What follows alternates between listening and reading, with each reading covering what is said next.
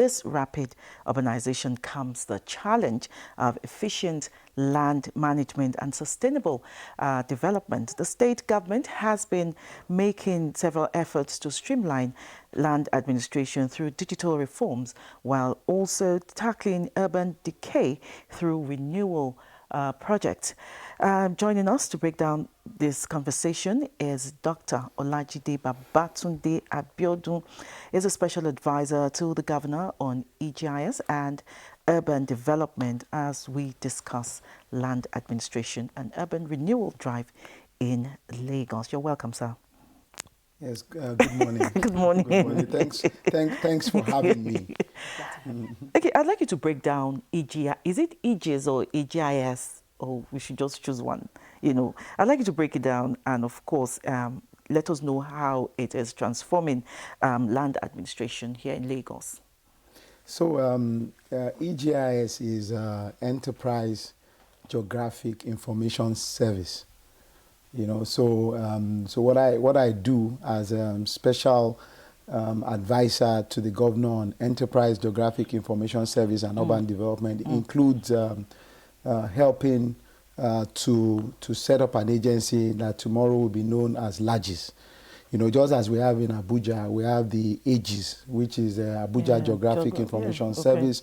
We have EDOGIS, we have CADGIS, we have NAGIS. So you have all these agencies set up all over different Nigeria.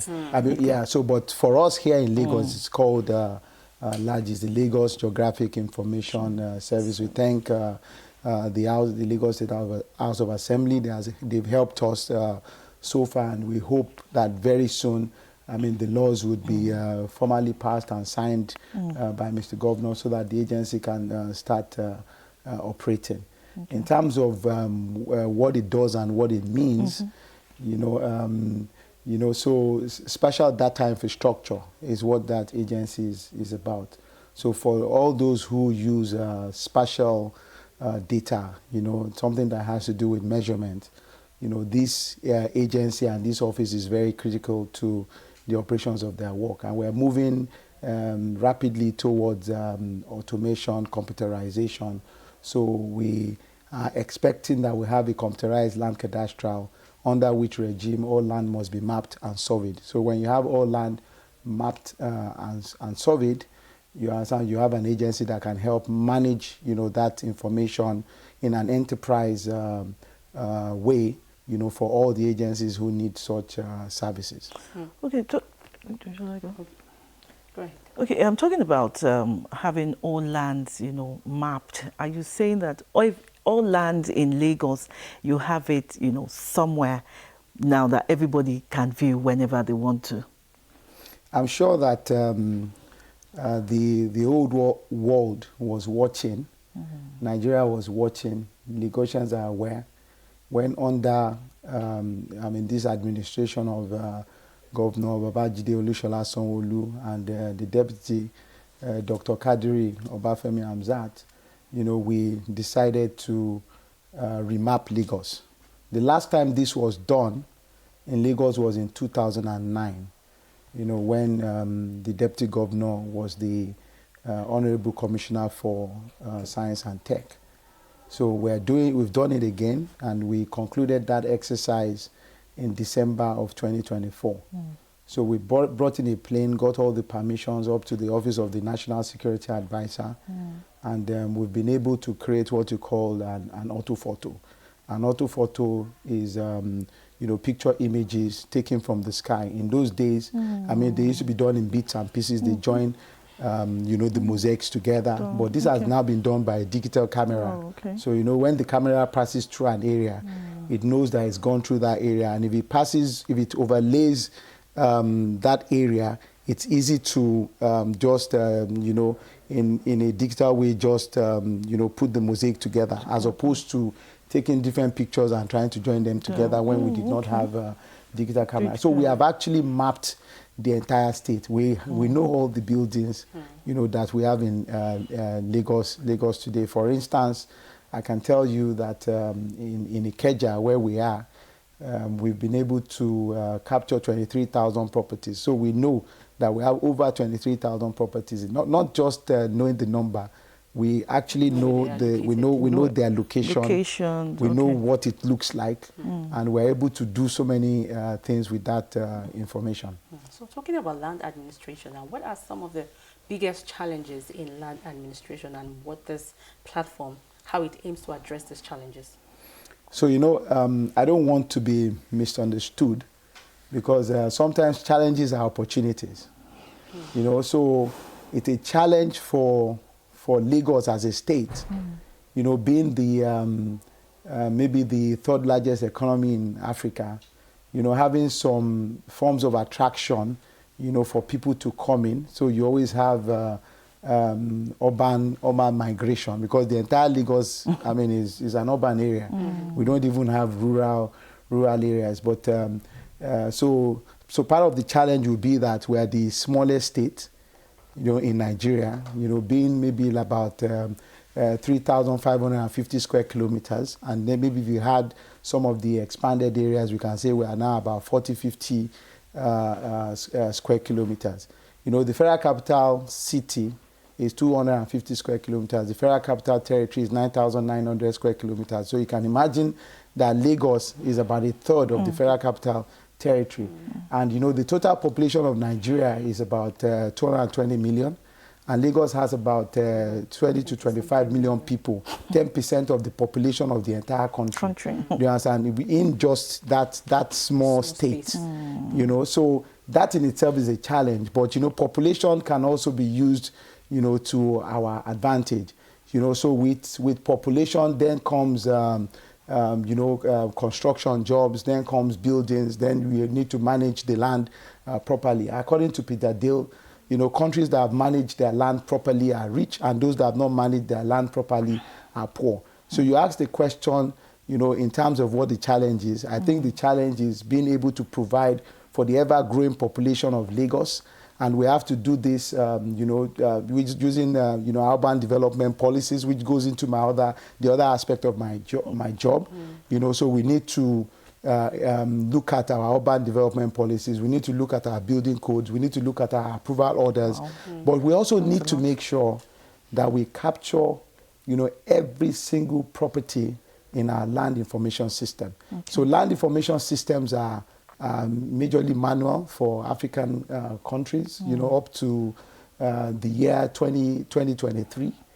But since then we've started embracing technology, and we've decided to have a computerized land cadastral where we can have a land administration system, that is automated. I think never again, should I, be looking for physical files where you have 5 million files. You are looking for the file of Olajide Abiodun today. You understand, from 5 million files. So then you need to talk about the filing system. Even if the filing system is good, you already have ABC here. You understand? What if somebody has scattered it or somebody has removed something from it? But with an automated system, with a computerized system, it's all organized on technology the is a game and changer. any good, and the best form of land information is something that is transparent. Transparency only comes with automation and computerization. And this is what we have been doing. This is what we have done. And I think it is for the interests and overall goal of not just these administrations, but administrations yet unborn. Because sustainable development is us being able to meet our needs without compromising the needs of the future generation yet unborn. So what we are doing is not for today, it's for today, and it is for tomorrow. Okay, for the future, I like the fact that, he has said that. And I want to talk about a major concern in Lagos concerning land administration, and it's about the Omoniles, the grabbers. So how does the government's land administration system now protect, legitimate landowners? So sometimes when I'm asked very difficult questions, I have to adjust my glasses, because I'm not so sure how to answer you. I just left my office, and I have more than 30 people from Otumara in my office, Otumara is a community that recently, I think there has been some action there, and I'm not totally convinced that I can tell you I know very much about it. But they've come to my office to talk to me. You understand? And I'm going to be asking them for some form of one form of documentation or the other. Do you understand? Because in terms of whatever has gone on there, it's not everything that government knows. You know, so sometimes when you talk about Omonile issues, you understand? So I tell people, you know, in Lagos is a complicated place to work. Do you understand? And why? Because it's not like Abuja. Everything in Abuja is straightforward because the whole land was cleared. There's no Omonile issue or everything. So everything is just like land that belongs to the FCT. You understand? Even now, even in the FCT, they're having challenges because, I mean, according to the Akima Bogunje white paper that was done, you know, a very long time ago, they said that compensation should be paid. However, you know, clearing out the land should only be done when development reaches the footprint of the communities. So even though you have taken their blood samples and you know their DNA of the people, the DNA of the people that collected the compensation, but their children are not aware that their father collected compensation. So you now have Omonile issues also in Abuja. The Gwari people, do you understand something? I mean, I dealt a lot with those issues, and we always, as a responsible government, must put a human face to it. So, and I tell people that, I mean, here in Lagos, we have the Queen's title. I mean, the Queen still has C of O's that have been issued, and they have not done land regularization. So, and those documents are kept in England, and some of them are kept in the I mean, because they have a registry, do you understand, as well? And some of them are in the COI registry. So apart from that, you have Western region titles also in Lagos. You have federal government titles in Lagos. You have Lagos state titles. Even, I mean, before Lateef Jakode declaration that every area is an urban area, because the Constitution gives, you know, power to local governments also to manage land that are traditional lands in non-urban areas. But today, we know that everywhere in Lagos is urban because according to the Constitution of the Federal Republic of Nigeria, any area that has a land, that has a population in excess of 5,000 is an urban area. There's nowhere in Lagos that doesn't have excess of 5,000. So the local government, they find it difficult to go in there. Yeah, even in the riverine. So, I mean, we also have a Omonile title because when Omonile are getting gazettes and getting different things and saying that this land dates back to the time of our forefathers. So, I mean, as a government, we need to manage everybody. You understand something? So you need to manage those people you say that they are Omoniles. Are they not Lagosians? They are Lagosians. Do you understand something? Everybody has a claim to land. You understand something? Because, I mean, you have before the British came to colonize us, before the Portuguese went to some parts of Nigeria, I can tell you that we had our own traditional land administration system. Do you understand something? So they had their ways of understanding the land that belonged to them. But the land use of 1978, you know, vested all land in the governor. So the governor of Lagos State is in charge of all the land, but he can use his discretion in governing, you know, land. So in this regime of managing, I mean, different things that you may count as challenges, you know, we already have in the Lands Bureau a lands regularization department. So my advice to everybody, whether you have the Queen's title, you have a Western region title, you have a federal government title, you have a Lagos state title, or a local government title, or an Omonile Gazette, or whatever title that you may be claiming, go and do your land regularization. That is the only time you have something that you are holding something, you know, that is securitized. Because securitization of title, you know, gives you property rights. Do you understand? If you do not have any secure document that is issued by the Lagos state government, you know, it doesn't matter who you are. Do you understand? You cannot be above the law. That's what the law says, and you just have to do the right thing. So how informed are people about this? Because a lot of people do not like to do due diligence, especially when they're about to, you know, purchase a land or so. So how informed are people? And then what's the process like? How seamless is it? You know, so you know, in my life, you know, as a land administrator, as a development consultant, and somebody who has worked in public service, you know, I don't believe that anybody is an idiot. You know, I know that everybody is aware. You know, even my grandfather who died many years ago, he knows what the law says. You know, even though we may say that ignorance is not an excuse, but I can tell you that nobody is ignorant of what the rules are. You understand? People just Like decide to not corners, to do the right thing. yeah. I don't even want to talk about cutting corners because, you know, the question she asked was not about somebody who is criminally minded. It's about somebody who is naive or ignorant. But I'm telling you that nobody is ignorant in Nigeria. The only ones that are ignorant, you know, like Jesus Christ said, who is blameless is that child who was just born, who knows nothing. Do you understand? But you cannot be involved in land administration except you are 18 years old. That is what the law says. So there's nobody that is 18 years old in Nigeria, do you understand, that has come of age that is ignorant about what, you know, our rules say about land governance. Okay, I got a feedback here yesterday. You know, some residents are of the opinion that, you know, government-led urban renewal primarily benefits, what are these people called again? No, developers, you know, rather than ordinary citizens. What's your take?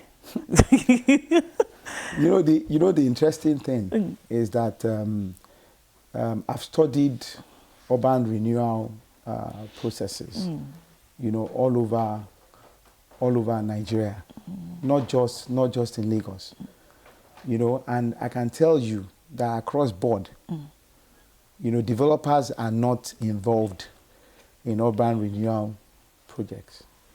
You know, they are not involved. These are majorly government schemes. You know, except you are telling me there is an area that somebody claims that it belongs to their forefathers and maybe something had happened there and, you know. Yeah, something like that. Yeah, so but in terms of the urban renewal processes, there are always government schemes. Okay. Do you understand? If you are talking about the process of allocation of the land, you know, then I may want to engage you. But urban renewal processes ends up with a scheme.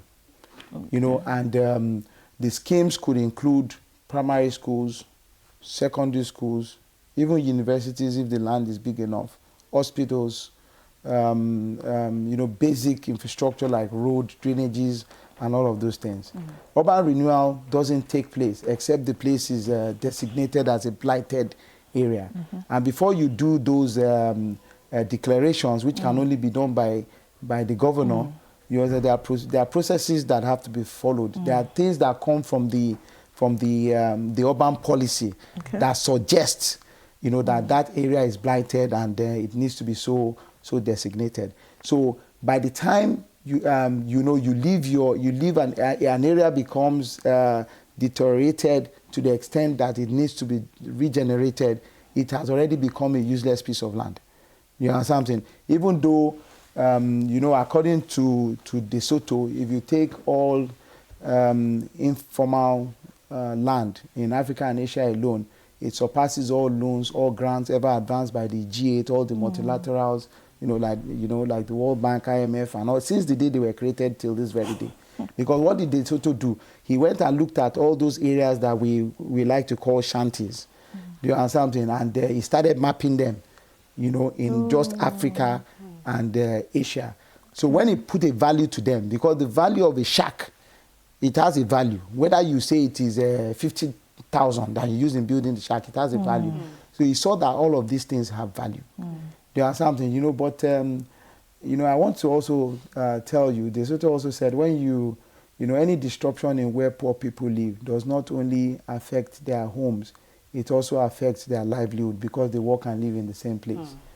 You know, so any responsible government who is doing regeneration must be total. You know, you must improve the environment and also ensure that you do not destroy the livelihood, you know, of people. And you also make sure that, you know, what was signed in Rio de Janeiro in 1992, which Nigeria was party to, that everybody is entitled to adequate shelter, is something, you know, that, I mean, the government must look into. So when you look at Lagos State, I don't know any state in Nigeria that has as many properties in their property bank as Lagos State. Lagos State has a lot of property that has been built. Piece of land. You know, that has been built. You know, if you go to the Ministry of Housing, you can get a cheap property to buy from the Ministry of Housing today.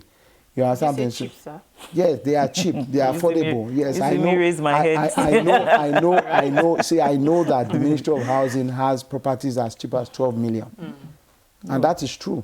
You understand? But sometimes people do not understand the principle of decentralization. Okay. You understand? You must not. Everybody must not all try to live, within the core of the city. Yeah. It causes infrastructure decay and pressure. On these things. People must try to move out. We must go to Ikorodu. We must go to Badagry. We must go to all those other areas. We don't have a choice. I mean, I'm sure that recently you are aware that we just moved the people in Okobaba. We moved them to Timberville in Agboa. You would not believe it, but, billions of naira have been spent, over time, from the time of our president, President Bola Ahmed Tinubu, up to the time of Governor Babajide Olusola Sanwo-Olu, and 360 houses were provided just for that relocation. Every single person who was in that community, who genuinely was there, was provided with a house. Two to three bedroom houses were provided. Not only that, their livelihood was also looked into. Exactly what Desoto was saying, that it not only affects their homes, it also affects their livelihood. We built a whole timber processing plant. Wow. You understand? Bought them canoes, did different things, and we're still spending money even up to today.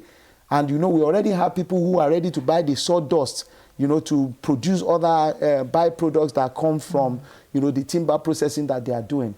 We're going to have one of the biggest timber processing areas in the whole of West Africa, by what has been done in Timberville. It's called Timberville.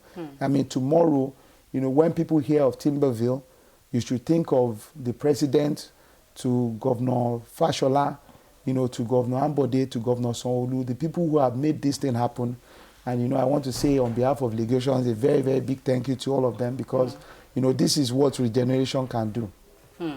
Thank you so much. We would like to have you again here. Because so we've not even spoken on ease of doing business, with digitization. I will, but in terms of the ease of doing business, thank you very much that you said that. I will just say something. Yeah. So there are 4 parameters when you talk about the ease of doing business.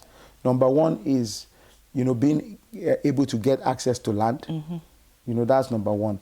And access to land is something that is made easy when you have digitization and computerization of our land cadastral.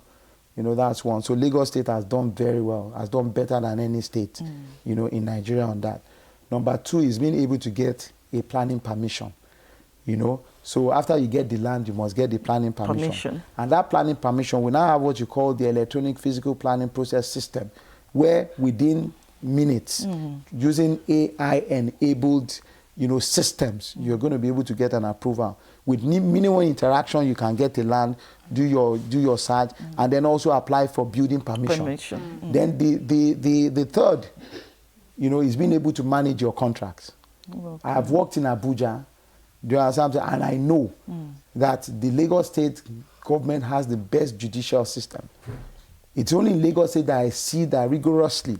Every single MDA has a lawyer attached to it. It's not like, I didn't see it. It wasn't like that in Abuja.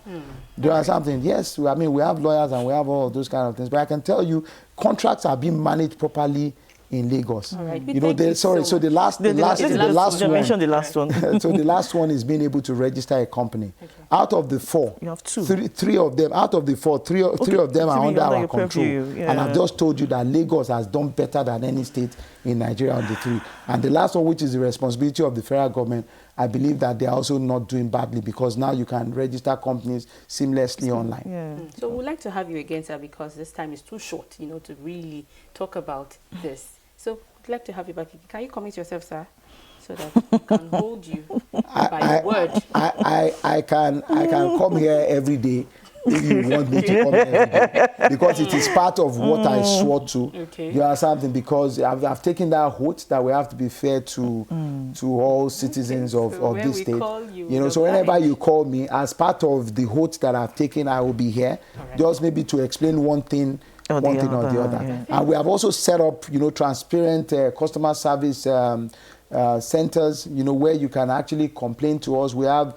a radio program that we're doing with you, which is called Build Right, where people can actually tell us about what is going on. It's a whistleblowing approach where, you know, openly on a live radio program, people are telling us that this district officer has done this, and then, you know, Right. we know how to address it. Thank you so much, Dr. Olajide Abiodun Babatunde. He is a special advisor to the governor on EGIS and urban development here in Lagos, talking on land administration and urban renewal drive in Lagos. Thank you so much for your time on the conversation. Thank you very much for having me.